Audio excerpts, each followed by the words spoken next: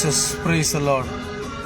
सर्वांना ख्रिस्त येशूच्या नावामध्ये सलाम, प्रेज द लॉर्ड, शांती असं शालोम. रविवारी मालेगाव या ठिकाणी आणि सोलापूर या ठिकाणी दोन ठिकाणी ज्या ठिकाणी छोटंसं प्रार्थना घर आहे त्या ठिकाणी येऊन काही दलाचे लोक, बजरंग दल इतर कोणते असतील ते, अशा लोकांनी येऊन धुमाकूळ माजवला आणि त्या ठिकाणचे अगदी गरीब सेवक लोक त्यांच्यावरती त्यांनी हात टाकला, त्यांना मारलं. आणि एक सोलापूरचे जे धर्मगुरू आहेत, अक्षरशः व्हिडिओमध्ये आम्ही पाहतो की त्यांच्या हाताला इजा झालेली आहे आणि त्यांना कशा प्रकारे फरफटत बाहेर आणलं आणि त्या ठिकाणातूनच धर्मांतराची केसेस दाखल करण्यासाठी त्या लोकांनी प्रयत्न केला आणि दाखल झाला असं मला वाटतं.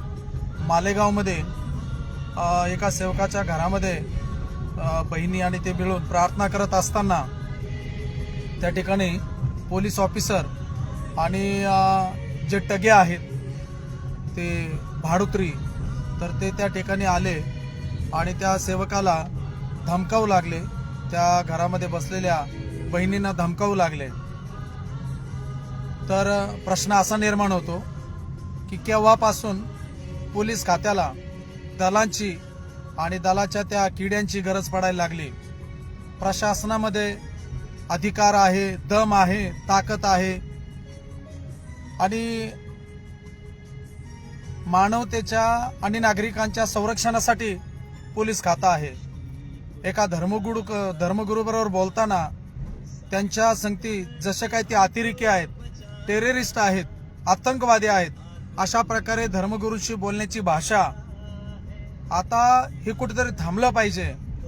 ऑलरेडी ज्याने गरळ ओकली तो आमदार थोड्याच दिवसामध्ये कोर्टाच्या कचाट्यात सापडणार आहे, त्याला तर सुट्टी भेटणार नाही.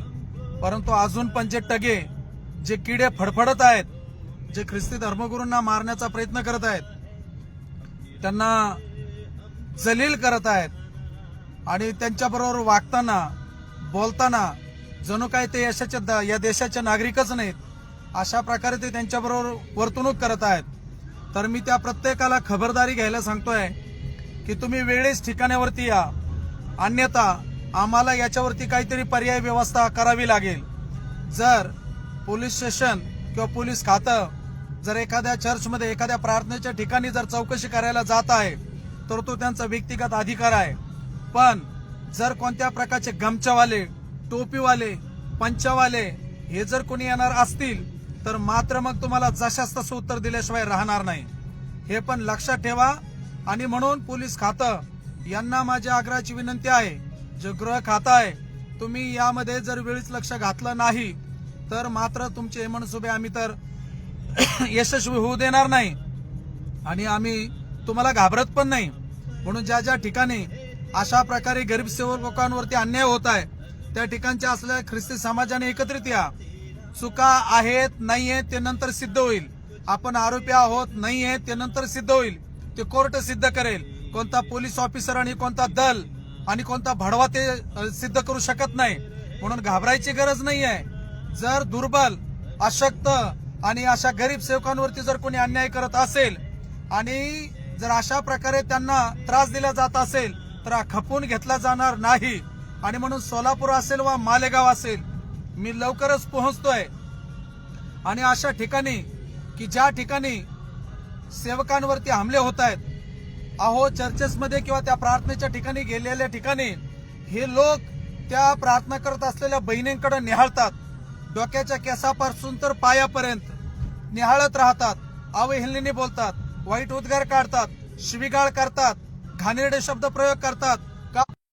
आणि माझ्या ख्रिस्ती बांधवांना, तुम्ही या प्रकारे सहन करू नका. तुम्हाला कुठे ना कुठे अधिकार आहे. तुम्ही भारताचे नागरिक आहात, तुम्ही देशद्रोही नाही आहेत, तुम्ही आतंकवादी नाही आहेत, तुम्ही टेररिस्ट नाही आहे, तुम्ही कुणाचा खून केलेला नाहीये. जोपर्यंत तुमची क्रॉस कंप्लेंट घेतली थांबणे आहे, तिथून हलायचं नाही. जर ते तुमच्यावरती गुन्हे दाखल करत आहेत तर तुम्ही ही क्रॉस कंप्लेंट करा. जे वास्तव सत्य व्हिडिओ क्लिपच्या मार्फत ते तुम्ही तिथं ठेवा. तुमच्यातले काही लोक जे या गमछावाल्यांना सामील झालेले आहेत त्यांच्यामुळे तुम्हाला हा त्रास होत आहे. म्हणून सर्वप्रथम आपल्या लोकांपासून सावध असा. ज्यांच्यावर तुम्ही भरोसा ठेवताय त्या लोकांपासून सावध असा. जे चर्च सोडून गेलेले आहेत, नाराज होऊन गेलेले आहेत, हे यहुदाच्या आत्म्याने तुम्हाला पकडून देण्याच्या विचाराने ते थांबलेले आहेत. आणि म्हणून अशा लोकांपासून सावध असा. जर तुम्हाला कोणी घरी प्रार्थनेला बोलवत असेल, तुम्ही जाऊ नका. आणि जर जायचं असेल तर त्याच्याकडून लिहून घ्या, विनंती अर्ज घ्या की तुम्ही माझ्या घरी प्रार्थनेसाठी या.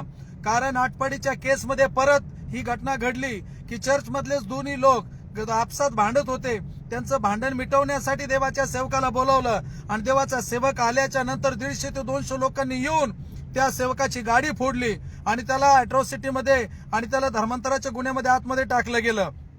ह्या घटना यामुळे घडत आहेत की आम्ही स्वतः जागरूक नाही, आम्ही स्वतः जागृत राहत नाहीये, आम्ही अगदी भोळेपणाने जगत आहोत. आणि म्हणून दया करणं गुन्हा झालाय, तुम्हाला त्यांच्यावरती प्रेम करणं गुन्हा झालाय, मदत करणं गुन्हा झालाय. आम्हाला माहितीये की भुकेलेलं अन्न द्यावं, आम्हाला माहिती की निराश्रितांना आश्रय द्यावा, आम्हाला माहिती की तहानलेल्याला पाणी द्यावं, उघडा असला तर त्याला वस्त्र द्यावे. आणि ही खरी धार्मिकता आहे. जो अनाथ, दीन, लाचार आणि दुबळ्यांचा कैवार घेतो तो खरा धार्मिक आहे, हे आम्हाला माहिती आहे.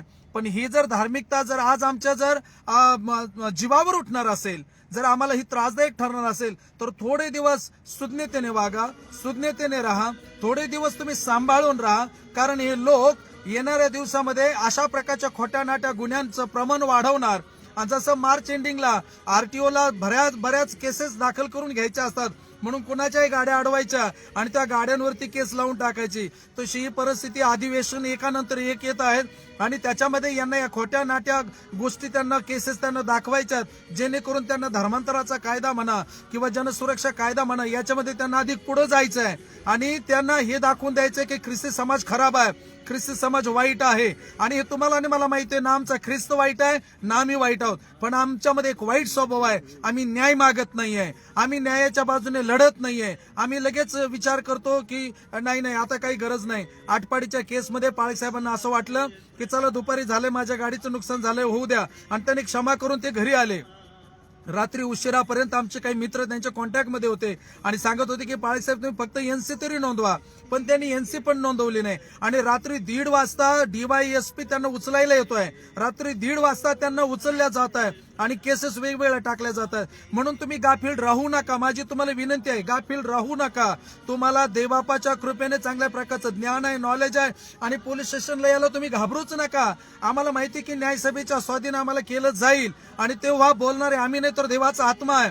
तुम्ही जाऊन उभे राहा, बाकी देव काम करेल. तुमच्याबरोबर कुणी मनुष्य जरी नसला, कुणी अधिकारी जरी नसला, कुणी लोक जरी नसले, कुणी संघटना जरी नसले, यहोवा सैन्यांचा परमेश्वर देव तुमच्या सोबत आहे. तुम्ही न्याय मागणं किंवा तुम्ही त्या ठिकाणी जाऊन आपली दाद मागणं हे उचित आहे. आणि जर तुम्ही त्याच वेळेला जर त्या ठिकाणी जात नाही, तुमच्या बाजूने तुमची बाब जर कुणी नोंदवून घेत नाही, तर तुम्ही आरोपी ठरताय. आणि आरोपी ठरल्याच्या नंतर मात्र तुम्हाला हे लोक जबरदस्तीने जुलमाने जेलमध्ये टाकतात. आणि मग नंतरची परिस्थिती यापेक्षा अधिक वाईट होते. कारण जो इन्व्हेस्टिगेशन करणारा ऑफिसर आहे तो त्यांचाच असतो. हे सगळे अधिकारी एकमेकाला भिडलेले असतात आणि मग सर ते शेवटी म्हणतात आम्हाला वरून प्रेशर आहे. तर हा वरून प्रेशर याच्यापर्यंत जाण्यापेक्षा आमच्याही बाजूने आमची एक केस नोंदवून घ्या, FIR नोंदवा, NC नोंदवा, तुम्हाला होत असलेले त्रास हे तिथं सांगा. आणि जर हे सगळं करून जर तुमची दाद घेतली नाही तर वेळोवेळी कॉन्टॅक्ट करा. आपल्या आजूबाजूच्या ख्रिस्ती लोकांना कॉन्टॅक्ट करा, ज्यांचे नंबर तुमच्याकडे आहेत त्यांच्याकडे कॉन्टॅक्ट करा, अल्पसंख्याक आयोगाकडे कॉन्टॅक्ट करा, ह्युमन राईट डिपार्टमेंटकडे कॉन्टॅक्ट करा, त्या ठिकाणच्या बहुजन समाजाबरोबर कॉन्टॅक्ट करा, त्या ठिकाणी जे दलित, दीनदलित जे समाज सुधारक आहेत त्यांच्याकडे दाद मागा. संभाजी ब्रिगेड सारखे लोक आहेत आणि RPI सारखे लोक आहेत. हे सगळे जे लोक आहेत आम्ही एकच आहोत, आम्ही वेगळे नाही आहेत. जरी धर्माने आध्यात्मिकतेने आम्ही वेगवेगळ्या मार्गाने श्रद्धेने निघालेलो, पण हे लोक देखील आमच्यावर प्रेम करतात आणि त्याही लोकांना आमची काळजी वाटते. कारण आमचे नाते गोते एकमेकांमध्ये आहेत, आम्ही एकमेकापासून वेगळे बिलकुल नाहीये. आणि म्हणून काळजी करू नका, घाबरू नका. अतिशय वाईट परिस्थितीमध्ये लोकांना मारले जात आहे. महाराष्ट्रातल्या घटना आहेत त्या, हे महाराष्ट्रात घडत आहे. आणि आमच्या जागेमध्ये आम्हाला प्रार्थना करण्याची परवानगी नाही. आमच्या जागेमध्ये आम्ही बायबल क्लास चालू शकत नाही, संडे स्कूल चालू शकत नाही, आमच्या लेकरांवरती आम्ही संस्कार करू शकत नाही. हा कोणता कायदा आहे? आम्हाला कायद्याने आम्हाला फंडामेंटल राईट्स आहे, आम्हाला अधिकार आहे आणि आम्ही संविधानिकरित्या आमच्या धर्माचा प्रचार प्रसार करणार, आराधना करणार, भक्ती करणार. म्हणून काळजी करू नका, हिंमत सोडू नका. पडळकरवरती गुन्हा दाखल झालेला आहे. परत मी सांगतो, हायकोर्टातून त्याच्यावर याचिका दाखल झालेली आहे आणि जे कोणी वाकड्यात जाणार आहे त्यांना कोर्टाच्या बाजूने पण दाखवणार आणि वेळ पडली तर साम दाम दंडभेद सगळ्यांची तयारी आहे. आणि म्हणून काळजी करायची नाही. तरुणांना तुम्ही एकत्रित या, आपल्या गावामध्ये बैठका घ्या, आपल्या चर्चेसमध्ये बैठका घ्या, एकमेकाशी सलोखा ठेवा, एकत्रित या, पंथभेद सोडा, सगळ्या प्रकारचे पक्षपात सोडा, एकत्रित या. आता एकत्रित आले नाही तर परत आपल्याला संधी नाही. येरवाडा जेलमध्ये सायकेट्रिक डॉक्टर म्हणजे सायकेट्रिक लोकांची ट्रीटमेंट करणारे एक डॉक्टर जेव्हा त्या पेशंटला ट्रीटमेंट देतो तेव्हा तो कोणत्याही कोपऱ्यामध्ये कोणत्याही पेशंटला, त्या वेड्यांना कसंही इंजेक्शन देतो. ते आरडत नाहीत, ओरडत नाहीत, बोलत नाहीत, विरोध करत नाही. पण एक दिवस असं झालं की त्या डॉक्टरला सगळ्या वेड्यांनी मिळून मारलं आणि इतकं मारलं की एकदम बेदम मारलं आणि तो बाहेर कसा बसा आला. आणि त्या डॉक्टर साहेबांनी सांगितलं की आता यांना सगळ्यांना डिस्चार्ज द्या, यांच्या घरी जाऊ द्या. तर त्या ठिकाणी अधिकारी आले, ते म्हटले, अरे यांनी तुम्हाला मारलं, हे खरंच वेडे आहेत, यांना कसं काय जाऊ द्यायचं. तो म्हटला की नाही, हे जोपर्यंत वेडे होते तोपर्यंत मी यांना कसंही इंजेक्शन द्यायचो, यांना कसंही ढोसायचो, कसंही मारायचो आणि यांना बांधायचो. परंतु आता त्यांनी युनिटी केली आणि मला मारलं, याचा अर्थ हे शहाणे झालेत. युनिटी करणं हे शहाणपण आहे. आता सगळे पक्षभेद सोडा, पंथभेद सोडा, जातीभेद सोडा, तो कोणी कोणत्या संघटनेमध्ये काम करतोय सोडा. आपण माणसं आहोत. पूर्वीपासून आपल्यावरती अन्याय होत आलेला आहे, आपल्याला गावाच्या बाहेर ठेवलेला आहे. आता आम्ही येशू ख्रिस्ताच्या मार्गाने चाललेले लोक आहोत आणि आम्हाला येशू ख्रिस्त फार प्रिय आहे. कारण जे पण आम्हाला आज सन्मानाचं जीवन मिळालं आहे ते येशू ख्रिस्तामुळे मिळालेलं आहे, आम्हाला संविधानामुळे मिळालेलं आहे, आम्हाला बाबासाहेबांमुळे मिळालेलं आहे. हे कुणाची भीक नाहीये, ही कुणाची भीक नाहीये. आणि म्हणून सन्मानाने जगा, कॉलर टाईट करून जगा, घाबरू नका. कोणतीही परिस्थिती येऊ, प्रभू आपल्या सोबत आहेत. आणि देवाने खूप चांगले चांगले तरुण लोक, एज्युकेटेड लोक आमच्यामध्ये ठेवलेले आहेत. एकमेकाच्या कॉन्टॅक्ट मध्ये राहा, एकमेकावर प्रेम करा, एकमेकावर प्रीती करा, आपलं दुःख समजून एकमेकाची सहानुभूतीनं विचारपूस करा, समदुःखी व्हा. काळजी करू नका.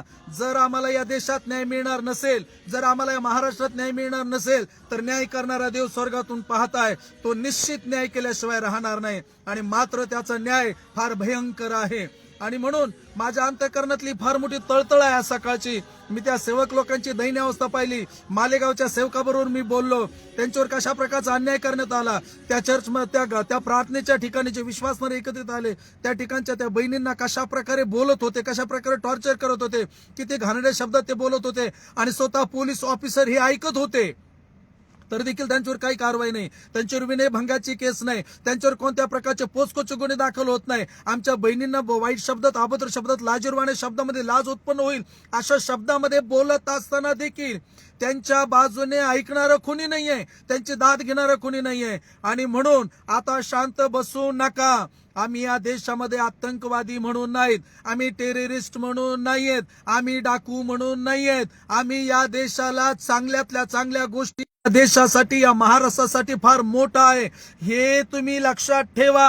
आपण थोडक्या आहोत परंतु 12 जणांनी जग हलवलं. आपण थोडक्या जग हादरून टाकू. घाबरू नका, हिम्मत ठेवा. जिथे तुम्हाला दाद मागता येईल तिथे दाद मागा. पोलीस स्टेशनला जा. जर तुम्हाला त्रास होतोय शांत बसू नका.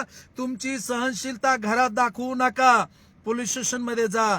पौलाला म्हटलं प्रभूने, तुला न्यायसभेच्या ठिकाणी जाऊन उभं राहायचंय, तुला माझा साक्षीदार व्हायचंय, त्या अधिकाऱ्याच्या समोर माझ्या बाबत बोलायचं आहे. जर आम्हाला बोलायची संधी मिळते जाऊन बोला, सांगा आम्ही त्या देवाचे लोक आहोत जो जिवंत आहे. आणि म्हणून काळजी करू नका, खात्री बाळगा. आमचा प्रभू आमचे सगळे दुःख आणि वेदना पाहत आहे. शौलाचा पाऊल करणारा देव जिवंत आहे. पण एकच सांगेल देवाचा सेवक म्हणून, अन्याय सहन करू नका. तुम्ही या भारताचे नागरिक आहात, या देशाचे नागरिक आहात. आपल्या वोट बँक वरती हे पांढरे कपडेवाले निवडून येतात आणि आता ते आमच्या विरोधात अन्याय करत आहे. यांना ख्रिस्ती लोकांचा फार मोठा जळफळा झालेला आहे आणि त्यांना माहिती आहे की यांना आता दाबल्याशिवाय पर्याय नाहीये. जसं मोशेच्या काळामध्ये फारोने इब्री लोक आणि इस्रायली लोक यांच्या मुलांची कत्तल केली, जसं हेरोदाने येशूच्या काळामध्ये मुलांची कत्तल केली, आता ह्या काळामध्ये हे आमच्या लेकरांची आणि आमची कत्तल करायला निघाले. खरे तर आतंकवादी हे आहेत, खरे तर संविधानाच्या विरोधातले हे लोक आहेत, खरे तर हे लोक आहेत टेररिस्ट. यांचे रेकॉर्ड्स पहा, यांचे रेकॉर्ड्स पहा, यांच्या सभेवर यांच्या व्यासपीठावर जेवढे लोक येतात त्यांचे रेकॉर्ड्स धुंडाळून पहा, शोधा. हे टेररिस्ट आहेत, हे खरे खुनी आहेत. आम्ही घाबरायचं काय कारण आहे? आम्ही देश लुटला का? आम्ही लोक लुटले का? आमच्यावरती आरोप केले जातात आणि अशा प्रसंगामध्ये आम्हाला उभं राहणं फार गरजेचं आहे. म्हणून मी तमाम महाराष्ट्रातल्या सर्व ख्रिस्ती तरुणांना, बहिणींना मी आग्रहाची विनंती करतो, एकत्रित या आणि एका आवाजाने आवाज उठवा. इरीवच्या तटी कोसळण्याची ताकद आमच्यामध्ये आहे आणि म्हणून तो देव आमच्या सोबत आहे. काळजी घ्या, प्रभू लवकर येत आहे, आम्ही तुमच्या सोबत आहोत आणि म्हणून आमच्यासाठी प्रार्थना करा. आपण न्याय देणाऱ्या देवाचे लोक आहोत. आमेन. तुम्हा सर्वांना प्रेज द लॉर्ड.